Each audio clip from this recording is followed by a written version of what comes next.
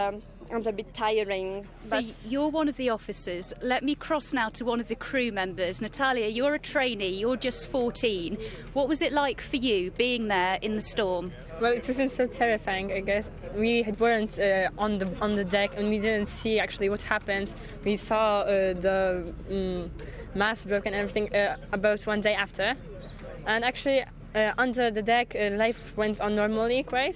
Only like everything on board was broken. Because you were there for 3 nights, yes, weren't you? What was that like? Well, life was normal, as I said. Only the boatmen and the officers really worked hard and spent all their day on the deck helping all the railings and everything not to fall down into the water and hurt anybody.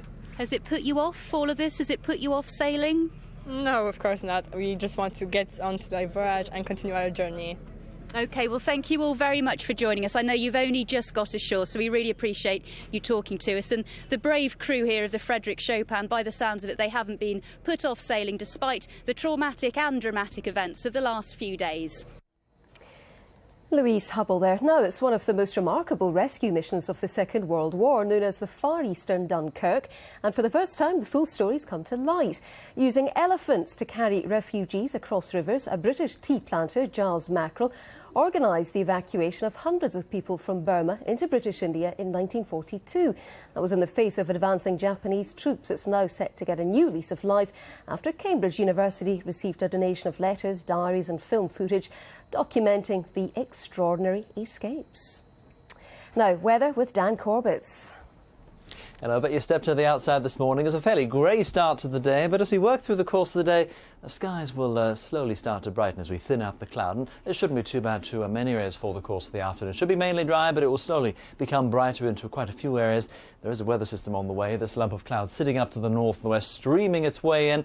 Elsewhere, some bits and pieces of cloud, but slowly going to brighten up the skies, particularly across East Anglia towards the south coast. That lump of blue is our wet weather. You can see it already there across Northern Ireland, working to western parts of Scotland. Not quite to Aberdeenshire, the wind's picking up ahead of it. They'll be touching gale force to western coast as we go through the day, and the dollop of rain also working into parts of northwest England. Go further south and east, and just the speckles of cloud. It's mainly dry, and the cloud continues to break up, but some of it might linger, say, across a few areas, back across the East Midlands, down towards spots across the southeast, but then further west, reasonable bright spells into the afternoon. Some cloud will start to ease its way into parts of Cornwall and Devon and parts of Wales ahead of our main weather system, and the breeze will start to pick up from the southwest as well. The temperature's still going to grab about a 13 or so for, say, Cardiff. Big lump of blue, like you've gone like that with some blue paint. But those are some of the heavier downpours, so it's quite a wet afternoon for much of Northern Ireland with our mass of blue.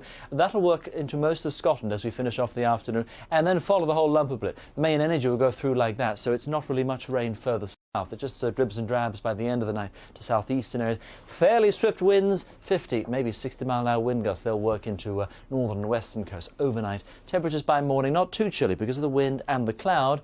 6, 7, 8 to more than likely double figures to the south coast as we start Tuesday. With our weather front easing away, still a few showers in places, but otherwise a fairly bright skies. A dry-looking start to many areas, and then we bring in this next lump, another system that works into northern and western areas as we finish off the day. Further east, you're mainly dry through Tuesday, 12 or 13, and further south of 15 or 16 as we finish off the day. And then we work towards the middle part of the week. That's the little weather system that sort of wiggles its way through. See the squeeze of the lines, the ice bars, closer they are, the stronger the wind, so we keep that risk for some gales to western coast. Another system easing its way in, but some fairly mild air comes in too, so notice by the time we get to the middle part of the week, 15, 16, maybe even a 17, 10 to 13 is where we should be, so much milder for some of us. That's the weather for now.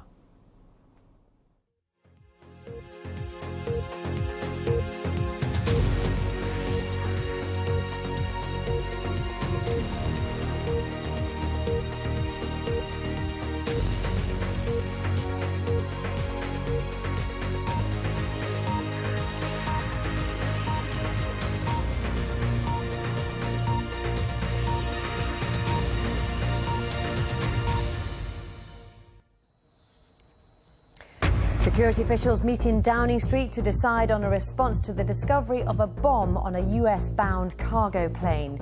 The BBC learns the plot was foiled thanks to a tip-off from a former al-Qaeda operative. Airlines are warning the government not to overreact. Let's not have another set of ludicrous and ineffective security measures for passengers. It's already difficult enough to get through Britain's airports. We'll be live in Downing Street for the latest on that security meeting chaired by the Prime Minister. Also this lunchtime, a bigger threat than crack cocaine, a new report on the danger from alcohol. Guilty of making and possessing child porn, a former Auditor General for Wales admits a string of offences. 52 people taken hostage in a church in Baghdad are killed as security forces try to end the siege. And remembering a wartime rescuer, remarkable pictures of the British tea planter whose elephants rescued hundreds of people from Burma. Coming up later in the sports news, Lee Westwood is the new world #1 golfer. He toppled Tiger Woods in the rankings after Martin Kaymer failed to finish in the top 2 at the Andalusia Masters.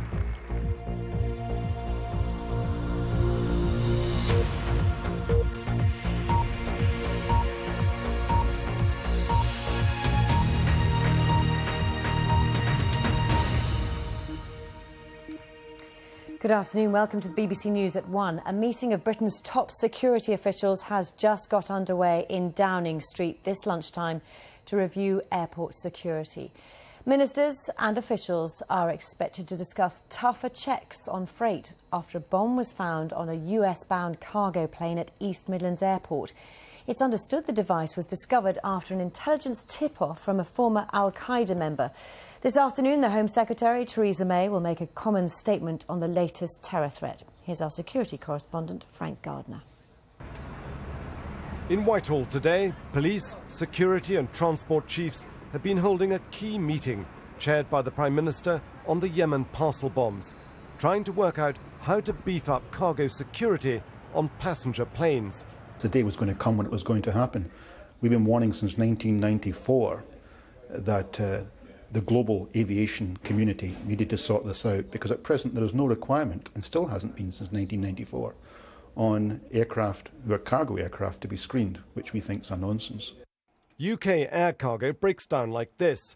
60% of UK air freight travels on passenger planes, while only 40% of UK air freight goes on cargo planes. Heathrow Airport handles more freight than all other UK airports put together.